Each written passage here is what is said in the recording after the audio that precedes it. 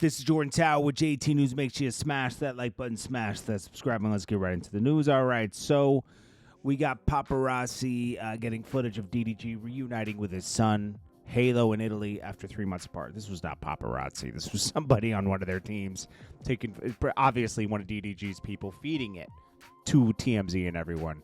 Because he has to show, he has to prove, he went all the way to Italy to continue his work there because Halle wanted to be in Italy. I guess she pretending she has work over there just to take the son away for the summer.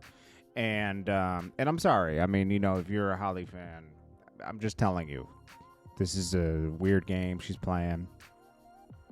And, you know, maybe she does have work over there, but probably not. There's not a huge demand for her music right now.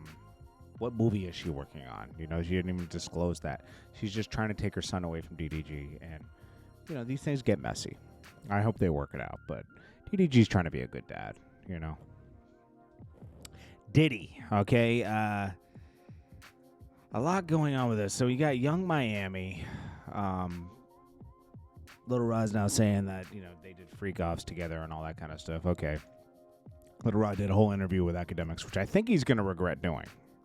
Because Little Rod seems like someone that tries to get even with people. And academics challenged him on parts of his case against Diddy, saying he had underage relationships. And Little Rod started buckling and saying they are trying to end the interview. And I'm just like, you know, Diddy's guilty of a lot of things. But I think some of these, and I think he mistreated Little Rod, and he's trying to get revenge. And I don't blame him. Okay, I don't blame Little Rod. Like, listen, Diddy was trying to take all his publishing, trying to not pay him properly, all this stuff. That's who Diddy is. But I think Diddy tried to play him. And some people take that stuff real serious, man. You know, and Little Rod's one of those people, and he's taking it to the extreme. I credit him and Cassie a perfect storm with the Diageo thing that happened. I think that's just a perfect storm that was to derail Diddy. And I'm not saying he was planned. I'm just saying his thing came out just as Cassie's thing was coming, and the Diageo thing happened, and they're making things happen behind the scenes, and it's just a perfect storm where Diddy's getting his karma. Diddy got a perfect storm, and now he has like 100 cases against him. I mean, this will take Diddy down to like 200-300 million, maybe, from $1 billion. All Diddy's fake friends, the lawyer, Kodak Black's lawyer, spoke out against these fake friends. And I totally agree with him. This is what I've been saying. Only Kanye, like Stevie J, a couple other people showed up for Diddy at trial. No Khaled, no Rick Ross, no French Montana. No a lot of people that he did help and was there for. You know what I want to talk about? I want to talk about... And his name is Lauren. He's Kodak Black's lawyer. He's very, very, very, very great lawyer. Sean Combs, and I want to talk about friends. Who comes to your rescue?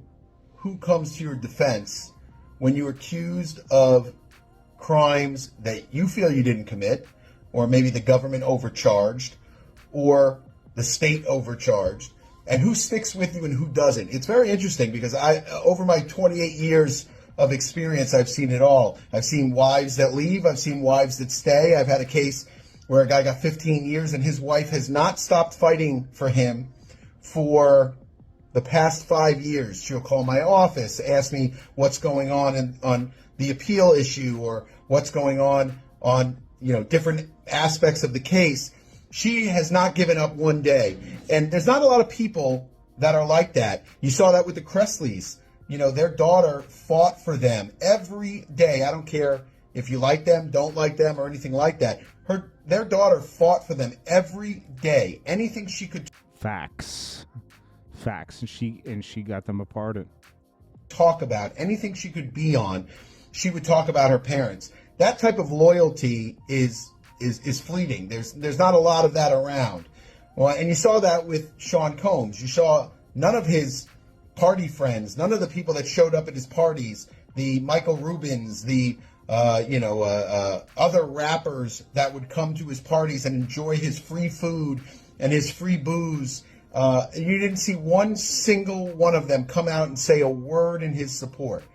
Kanye West, to his credit, comes out, goes to the. And what's funny about Kanye West is he dissed Diddy just a year and a half ago. Called him a fed and all this other stuff. He was mad at Diddy because Diddy was trying to stop him from doing his rants. But Kanye came through. Actual trial and supports him because he knows, what the trial was about. He knows that this trial was overcharged and that essentially he's a glorified John. And that's what this case was about.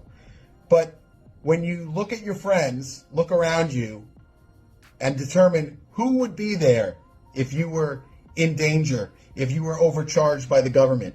And if you have a feeling that some of those people wouldn't be there, those are people you probably don't want around now. True. Ray J was a flip-flopper, but Ray J's clout chasing too. So was Boosie. Sorry. This is true. All these guys on the couch. Fake.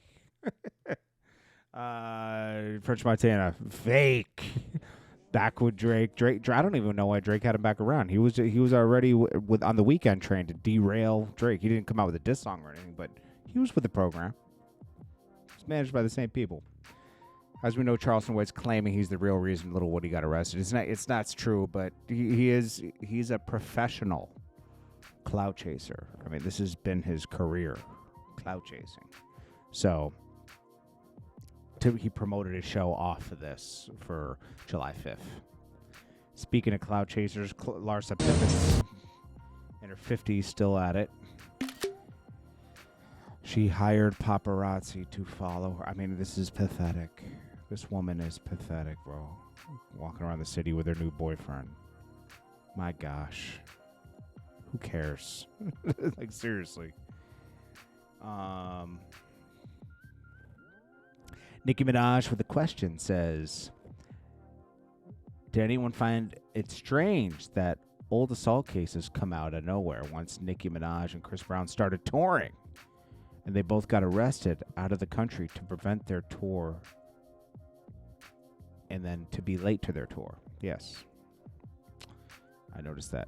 And, we'll see what happens with this Little Rod interview with academics. But I think Little Rod's going to try to get it taken out because he was questioning it at the end. Like, is this live? Like, is this recorded? Because he probably wanted things edited out. I don't know. Anyways, I appreciate you all. This is Jordan Tower with JT News. Make sure you smash that like button, smash that subscribe button. I'll check you guys on the next one. Peace.